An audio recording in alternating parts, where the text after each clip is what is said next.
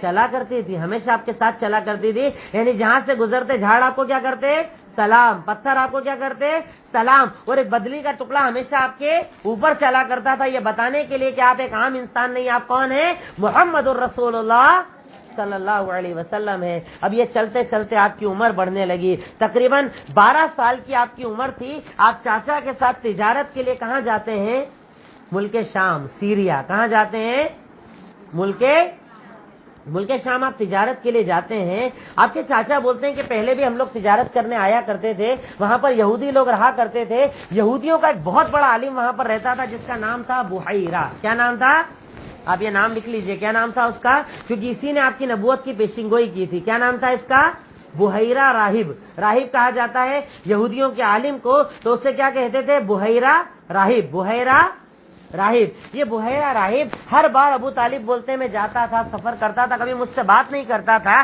ایک مرتبہ 12 سال کے اللہ کے نبی کی عمر تھی, ان کو لے کر گیا, تو یہ کیا کرتا ہے, آپ کے پاس آتا ہے. کیا کرتا ہے, آپ کے پاس آتا ہے اور بولتا ہے کہ اپنے بھتیجے کا ذرا خیال رکھنا. کیا کرنا, اپنے بھتیجے کا خیال رکھنا, کیونکہ یہ نبی ہے. کون ہے, اب دیکھیے, یعنی اللہ کے نبی صلی اللہ علیہ وسلم کی پیشین گوئی پرانی کتابوں کے اندر موجود تھی. پرانے کتابوں کے اندر بھائی تبھی تو یہودی عالم جانتا تھا نا کہ آپ آنے والے ہیں, اس نے آپ کو دیکھ کر پہچان لیا. مطلب یہودیوں کو یہ چیز پتا تھی کہ اللہ کے نبی صلی اللہ علیہ وسلم آنے والے ہیں. بحیرہ راہب نے جیسے ہی آپ کو دیکھا, آپ کو دیکھتے ہی جان گیا کہ آپ نبی ہیں, تو ابو طالب کو بلا کر بولتا ہے کہ اس کا ذرا خیال رکھنا, یہ کوئی بڑی چیز ہے, ان کی خاصیت ہے, تم ان کا کیا کرنا, بہت زیادہ خیال رکھنا. تو ابو طالب نے بولا, بھائی تمہیں کیسے پتا چلا ایسا ایسا ہونے والا ہے, تم یہ بات کیسے کہہ سکتے ہو؟ تو اس نے کہا کہ میں نے دیکھا ہے کہ جھاڑ ان کو کیا کرتے ہیں, پتھر ان کو کیا کرتے ہیں, اور یہ جہاں سے گزر رہا ہے اس کے اوپر بدلی سایہ کیے ہوئے ہے, اور یہ صرف نبی کے لیے ہوتا ہے. کس کے لیے ہوتا ہے؟ تو اس نے بحیرہ راہب نے جب آپ کی ان خاصیتوں کو دیکھا تھا تو یہ جان لیا تھا کہ آپ اللہ کے نبی ہیں, اللہ تعالیٰ کی طرف سے بھیجے ہوئے رسول ہیں. اس بات کو اس نے جان لیا تھا, آپ کے اوپر دیکھ لیا تھا. تو اس سے پتا چلتا ہے کہ پرانے دور کے اندر یہود اور نصارہ کے پاس اللہ کے نبی کی پیشین گوئی موجود تھی, پیشین گوئی موجود تھی. پر ان کا یہ ماننا تھا کہ یہ نبی کون ہوں گے, یہودیوں میں سے ہوں گے. کس میں سے ہوں گے, ہماری نسل میں سے ہوں گے. نصارہ کا بولنا تھا ہماری نسل میں سے ہوں گے. جب ان دونوں کے علاوہ عرب سے پیدا ہو گئے تو یہ لوگ کیا کرنے لگ گئے, بغض کرنے لگ گئے. کیا کرنے لگ گئے, کیونکہ ان کو چاہیے تھا اپنے خاندان کا نام بڑا ہونا چاہیے تھا, دوسرے خاندان کا نام ہو گیا, تو غصے کے مارے انہوں نے کیا کیا, اللہ کے نبی کا انکار کر دیا تھا. اب اللہ کے نبی صلی اللہ علیہ وسلم ملک شام تجارت کے لیے گئے, تجارت کر رہے تھے. تجارت کے ساتھ ساتھ 12 سال سے بعد کی عمر کے اندر, یعنی تقریباً 24-25 سال کی عمر تک آپ کی یہ خاصیت تھی کہ تجارت کے ساتھ ساتھ آپ عرب کی بکریاں بھی چراتے تھے. کیا کرتے تھے, یعنی لوگوں کی بکری کرائے پر لیتے, انہیں لے کر جاتے, چرا کر واپس چھوڑتے, اور اس کے بدلے وہ آپ کو کچھ پیسہ دیا کرتے تھے. کیا کرتے تھے, اور اسی لیے اللہ کے نبی صلی اللہ علیہ وسلم نے کہا کہ دنیا کے اندر جتنے بھی نبی آئے سب نے کیا کیا ہے, بکریاں, یعنی بکری چلانا اچھا عمل ہے کہ برا عمل ہے؟ بھائی اگر کوئی بکری پالتا ہے تو اچھا عمل ہے کہ برا عمل ہے؟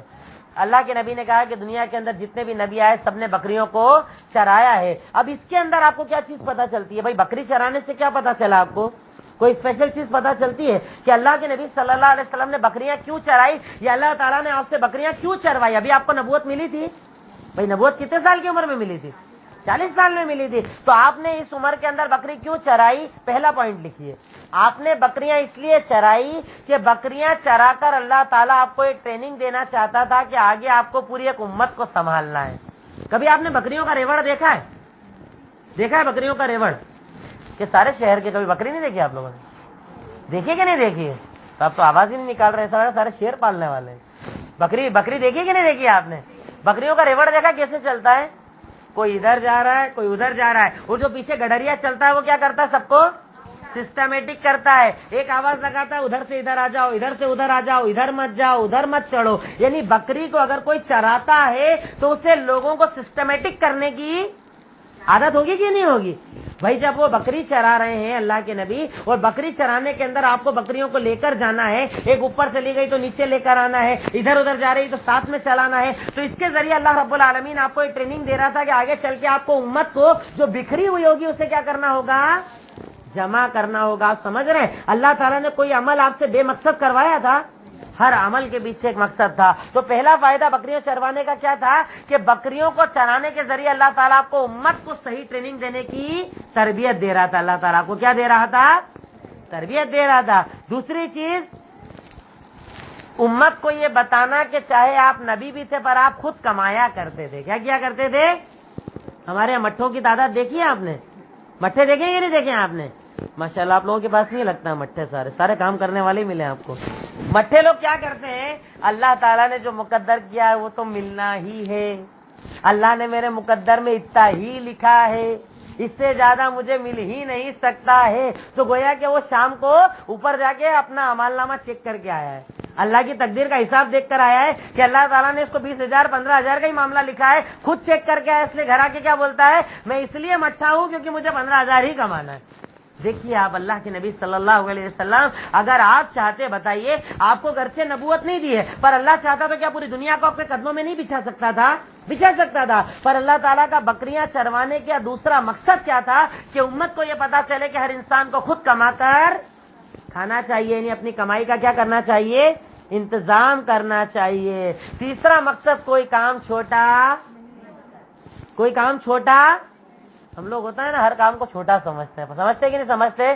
اب بظاہر دیکھو بکری چرانا آج کے دور میں کوئی بڑا کام ہے کیا؟ آپ کی نظر میں بتائیے بڑا کام ہے کہ چھوٹا کام ہے؟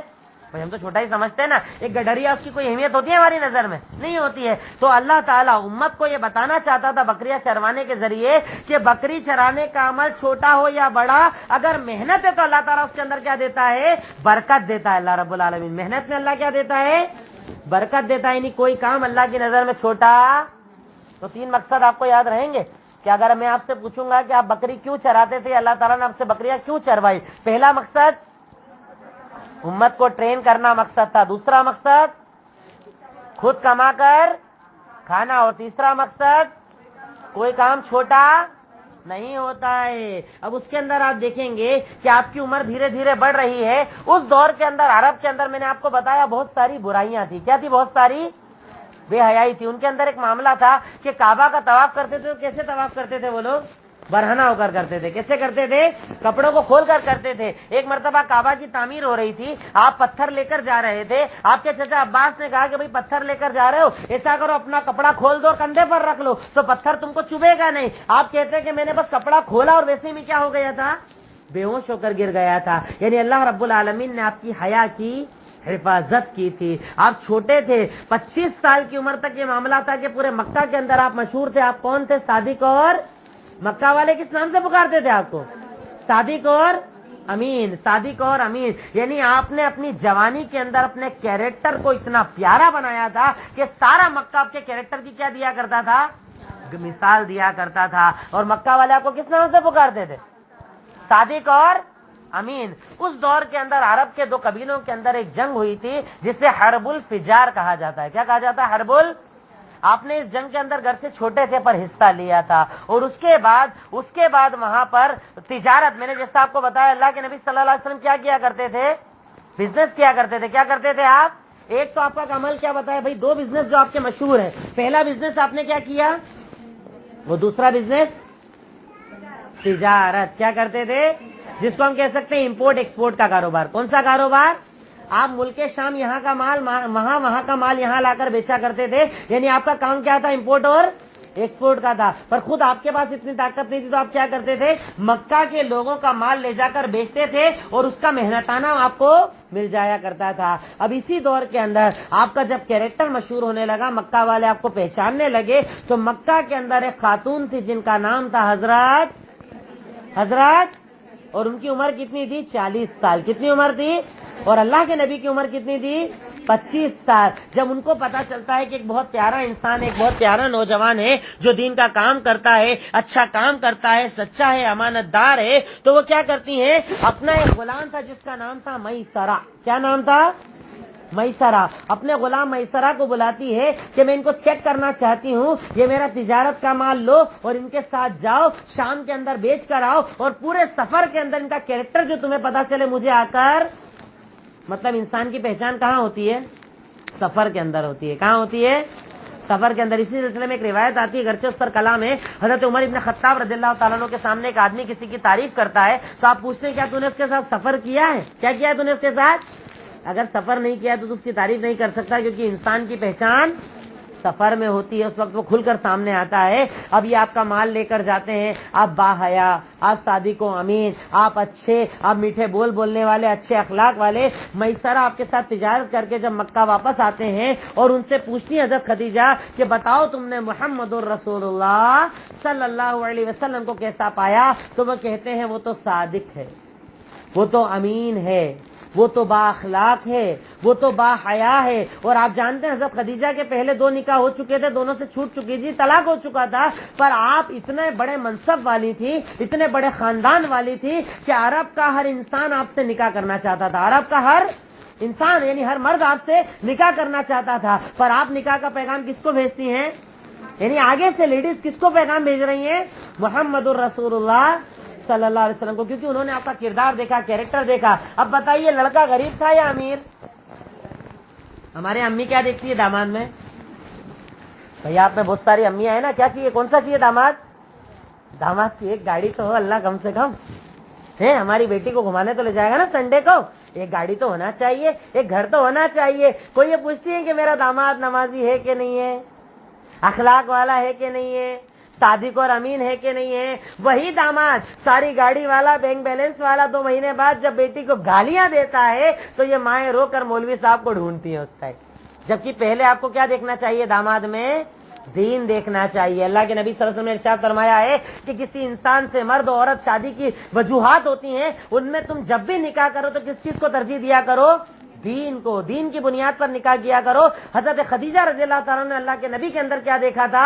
اخلاق دیکھا تھا, کردار دیکھا تھا, کیریکٹر دیکھا تھا کہ جب اس کا اخلاق پیارا ہے, گرچہ غریب کیوں نہ ہو, وہ مجھے خوش رکھے گا. کیسے رکھے گا مجھے؟ اچھا, دوسری چیز یہ بھی پتا چلی کہ بیگم اگر پیسے والی ہو اور شوہر غریب ہو تو بھی کام چل سکتا ہے کہ نہیں چل سکتا ہے؟ ہمارے لوگ اس کو برا سمجھتے ہیں کہ لڑکی کو وراثت میں مال ملے تو ماں کو برا لگ جاتا ہے, زیادہ پیسہ آ جائے تو امی کو ذرا برا لگ جاتا ہے. حضرت خدیجہ مال والی تھی, دولت والی تھی, اور انہوں نے اللہ کے نبی صلی اللہ علیہ وسلم کی بہت زیادہ مدد بھی کی تھی. اللہ کے نبی تو ان کی خود کی تجارت کیا کرتے تھے, اور نکاح کروایا چاچاؤں نے, اور کوئی اس کے اندر اعتراض نہیں ہوا کہ عورت پیسے والی ہے اور آدمی غریب ہے. یعنی ہمیں امیری غریبی نہیں, کیا دیکھنا چاہیے؟ دین دیکھنا چاہیے. تو نکاح کے وقت اللہ کے نبی کی عمر کتنی تھی؟ 25 سال. حضرت خدیجہ کی عمر 40 سال. حضرت خدیجہ رضی اللہ تعالیٰ عنہ کا وہ کردار اور وہ کیریکٹر تھا, ایک عظیم کردار تھا. اگر اللہ کے نبی کی اولادوں کا میں آپ کے سامنے ذکر کروں, صرف اس پر میں اپنی بات آج ختم کر دوں گا. آپ کے بچوں کا آپ ذکر لکھ لیجئے. آپ کے بیٹے کتنے تھے؟ کتنے بیٹے تھے؟ ہاں 3 بیٹے تھے. نام؟ عبداللہ, لکھیے نام, عبداللہ, قاسم, ابراہیم. عبداللہ, قاسم, ابراہیم. اور بیٹیاں کتنی تھی؟ 4. نام بولیے. زینب, رقیہ, ام کلثوم, فاطمہ. نام لکھ لیا آپ لوگوں نے؟ ہاں. نکاح کے وقت آپ کی عمر 25 سال, حضرت خدیجہ کی عمر 40 سال. اور آپ کی ٹوٹل اولادیں کتنی تھی؟ لڑکے کتنے تھے؟ 3. اور لڑکیاں کتنی تھی؟ اور آپ کے سبھی بچوں کا یعنی لڑکوں کا انتقال بچپن کے اندر ہی ہو گیا تھا. آپ کے سارے بچے کس سے تھے؟ حضرت خدیجہ سے. کس سے تھے؟ صرف ایک بیٹے ان سے نہیں تھے, ان کا نام کیا تھا؟ ابراہیم. ابراہیم جانتے ہیں کن کی اولاد تھے؟ ماریا قبطیہ کی. کن کی؟ جو آپ کی لونڈی تھی, جن کو بیویوں میں شمار کیا گیا ہے. ماریا قبطیہ سے اللہ تعالیٰ نے کون سی اولاد دی تھی؟ ابراہیم. کیا نام تھا ان کا؟ ابراہیم کے علاوہ باپ کی آپ کی 4 بیٹیاں اور 2 بیٹے, یعنی آپ کے 6 بچے کن سے تھے؟ حضرت خدیجہ رضی اللہ تعالیٰ عنہ کی یہ سب اولادیں تھیں. اللہ تعالیٰ نے ان سے آپ کو اولادیں عطا کی تھی, یعنی آپ کی ٹوٹل جتنی بھی اولادیں تھی وہ صرف اور صرف حضرت خدیجہ رضی اللہ تعالیٰ عنہ سے ہوئی تھی. حضرت خدیجہ کا مقام, ان کا تھوڑا سا کیریکٹر اور اس کے آگے کی تفصیلات انشاءاللہ اگلے درس میں آئیں گی. مختصر 1 منٹ میں پیچھے کی بات ریپیٹ آپ کے سامنے کر دوں. میں نے سب سے پہلے کیا بتایا؟ اللہ کے نبی کا نسب لکھ لیا آپ لوگوں نے. اگر کسی کو کم زیادہ رہ گیا دوسروں سے لکھوا لیجئے گا. میں نے یہ بھی بتایا کہ آپ کا نسب اعلیٰ کیوں تھا. آپ کا نسب اعلیٰ کیوں تھا؟ بتایا کہ نہیں بتایا؟ اب تو خاموش ہو گئے, نہیں سنا تھا کیا؟ اس ٹائم سو تو نہیں رہتے آپ لوگ, تھے نا یہیں پر. پھر میں نے بتایا ہاشم جو آپ کے پردادا تھے ان کے بارے میں بتایا, عبد المطلب کے بارے میں بتایا, آپ کی پیدائش کے پہلے 50 دن پہلے کا واقعہ بتایا. پھر اس کے بعد میں نے آپ کو بتایا عبد المطلب کے کتنے بیٹے تھے؟ 10 بیٹے تھے. عبداللہ حضرت جو آپ کے ابا تھے عبداللہ ان کا انتقال کب ہوا تھا؟ جب آپ ماں کے پیٹ میں تھے. اور ان کا انتقال کہاں پر ہوا تھا عبداللہ کا؟ مدینہ میں. پھر اس کے بعد جب ان کا انتقال ہوا تو انہوں نے کیا چھوڑا تھا پیچھے؟ ایک لونڈی اور ایک بیوی جس کے پیٹ کے اندر محمد الرسول اللہ صلی اللہ علیہ وسلم تھے. اور میں نے یہ بھی بتایا کہ آپ کے ابا کا انتقال یعنی آپ یتیم کیوں پیدا ہوئے بتائی، اس کی وجہ میں نے آپ کو. پھر اس کے بعد آپ وسلم کی پیدائش کب ہوئی بتائیے جلدی سے؟ سوموار 9 ربیع الاول 571 عیسوی کے اندر آپ پیدا ہوئے تھے. ٹھیک ہے. پہلا دودھ کس نے پلایا تھا؟ دوسرا دودھ حلیمہ سعدیہ کے بچوں کے نام میں نے آپ کو بتائے تھے. کیا کیا نام بتایا؟ عبداللہ، انیسہ، حذافہ، اور حذافہ کا دوسرا نام شیمہ. اس کے بعد جب حلیمہ سعدیہ نکلی تو کیا کیا تھا ان کے ساتھ؟ کون تھے؟ شوہر، ایک بچہ، ایک گدھی اور ایک اونٹنی. اور ان کا پورا واقعہ میں نے آپ کو بتایا. جی 4 سال کی عمر میں کیا ہوا تھا اللہ کے نبی کا؟ شق صدر، آپ کے سینے کو چاک کر کے دل نکالا گیا تھا. پھر 4 سال کی عمر میں آپ کی امی کے پاس آپ کو چھوڑ کر آ گئی تھی حضرت حلیمہ سعدیہ. 6 سال کی عمر میں کن کا انتقال ہوا تھا؟ کہاں پر ہوا تھا؟ ابوا کے اندر. 8 سال کی عمر میں کن کا انتقال ہوا تھا؟ دادا کا. دادا کے بعد آپ کو کس نے پالا تھا؟ چچا کا نام. 12 سال کی عمر میں جب آپ شام گئے تو کون ملا تھا اور اس نے کیا بشارت دی تھی؟ ہاں. اور آپ 12 سال سے 25 سال کی عمر میں 2 بزنس کرتے تھے. کون کون سے؟ بکری چراتے تھے اور تجارت کرتے تھے. بکری چرانے کے فائدے بتائے میں نے 3 آپ کو بتا دیے. اس کے بعد میں نے یہ بھی بتایا کہ اللہ کے نبی میں جاہلیت کی کوئی خاصیت موجود نہیں تھی. ایک جنگ میں آپ نے حصہ لیا تھا، اس جنگ کا نام حرب الفجار. کیا نام تھا؟ حرب الفجار. اور پھر 25 سال کی عمر میں آپ کا نکاح ہوا تھا حضرت خدیجہ سے، اور ان سے آپ کی اولادوں کے نام، لڑکوں کے نام اور لڑکیوں کے نام. اور آپ کی جو ابراہیم کن سے پیدا ہوئے تھے؟ بس اسی پر میں اپنی آج کی بات ختم کرتا ہوں. میرا وقت بھی پورا ہو گیا. اللہ رب العالمین جو باتیں ہم نے یہاں پر کی، اللہ کے نبی کی سیرت، ان کی محبت پر ہم یہاں جمع ہوئے ہیں اور آپ کی سیرت کو پڑھ رہے ہیں. اللہ رب العالمین اس سیرت کو پڑھ کر آگے پھیلانے کی تو ہمیں توفیق عطا فرما. آمین. تقبل یا رب العالمین. السلام علیکم ورحمۃ اللہ وبرکاتہ.